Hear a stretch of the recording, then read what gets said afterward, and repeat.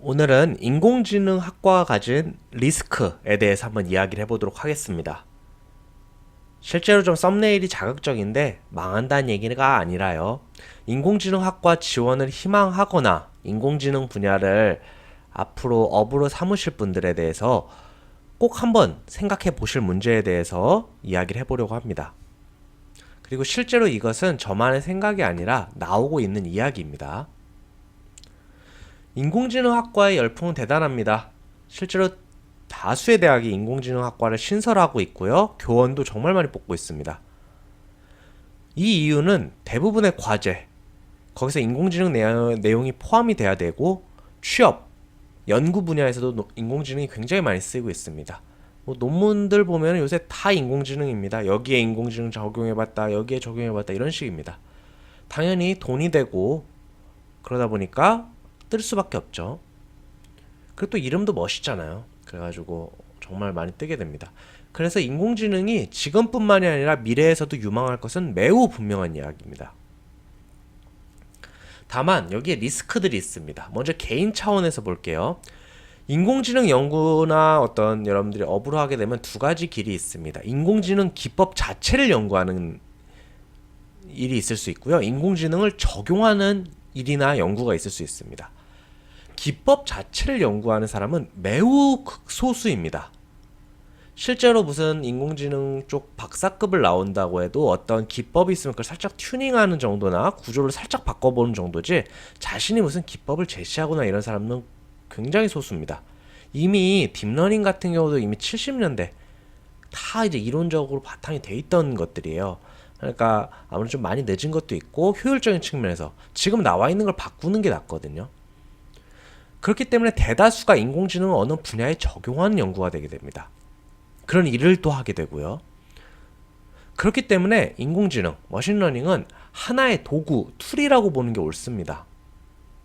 그렇기 때문에 인공지능학과는 자칫 잘못하면 무슨 엑셀학과, 자동차 에어컨학과 뭐 이런 식이 될 가능성이 높아요. 하나의 도구인데 그게 이름이 돼버리는 문제가 발생을 하게 됩니다. 이렇게 되면 문제가 뭐냐면요. 여러분들의 어떤 몸값이 그렇게 높지가 않게 될 가능성이 높습니다. 예를 들어 엑셀 학과라는 게 새로 만들어졌다고 쳐볼게요. 엑셀이라는 게 없어질 수도 있고요. 만약에 이제 다른 컴공과 사람들이 엑셀을 쉽게 배워서 접근할 수도 있습니다. 그러면 여러분들을 쓸까요? 아니면 컴공과 사람을 쓸까요? 이런 문제가 있거든요. 자동차 에어컨 학과라는 게 만들어졌다고 해볼게요. 에어컨은 어떤 사람이 전문가가 있어요. 그 사람을 쓸까요? 자동차 에어컨 학과 사람을 쓸까요? 이런 문제가 있는 겁니다. 그래서 학과 차원에서 좀 더 자세히 설명을 해보면 다수의 대학에서 인공지능학과를 신설하는 걸 이해됩니다. 학생 지금 너무 부족하죠? 너무 부족합니다. 그래서 그런 걸 극복하고 마케팅 차원에서 좋습니다.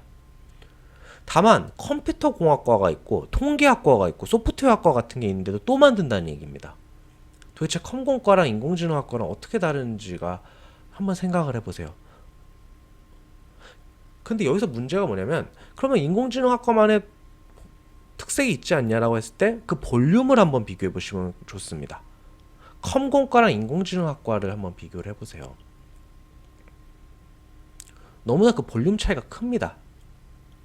또한 기존 학과가 진입 가능성이 되게 높아요. 컴공과, 통계학과 이런 친구들이 인공지능을 배우는 경우가 많습니다.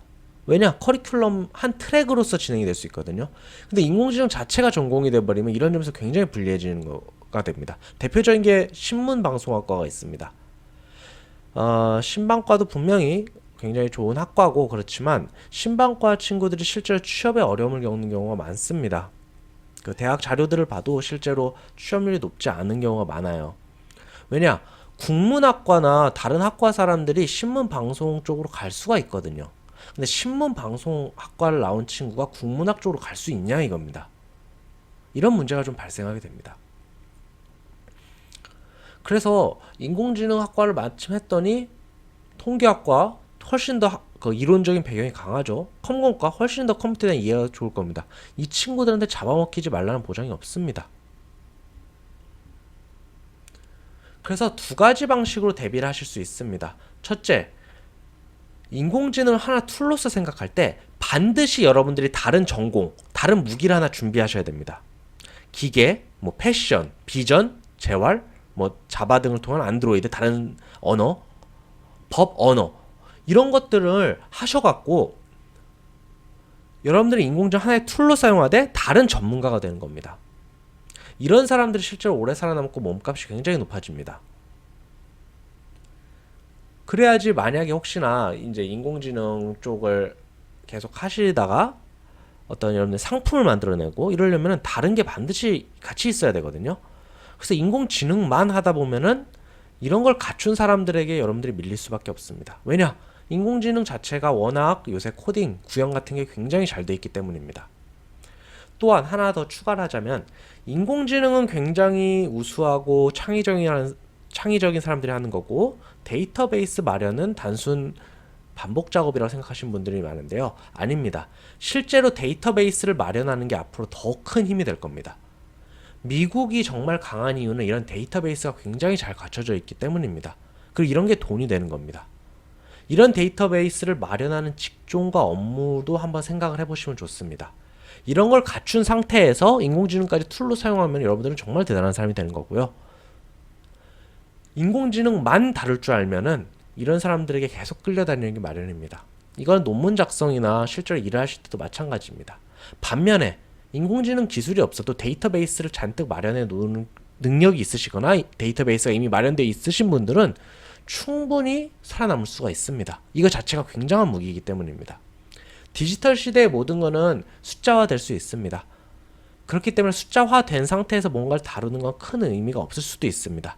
다만 그 숫자화 될 수 있는 그 사전에 자료를 준비해 놓는 것 자체도 굉장한 큰 메리트가 될 수 있습니다.